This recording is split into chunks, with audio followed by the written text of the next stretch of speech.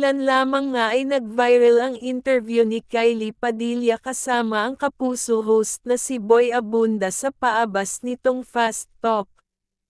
Ganon na lamang ang awang narmdaman ng mga netizens kay Kylie Padilla nang sabihin nitong, "Naging undenial ako ng ilang taon kasi I thought hindi siya masakit, I couldn't feel anything and I was always focused sa mga anak ko who really taught me na kailangan kong maging matatag no matter what." Aminado at puno ng lakas ng loob ang Kylie Padilla na nagpakita sa telebisyon na sadya namang nagpahanga sa nakakarami. Hindi rin naman inakala ng lahat na ganito pala ang naramdaman ni Kylie Padilla sa mahabang panahon.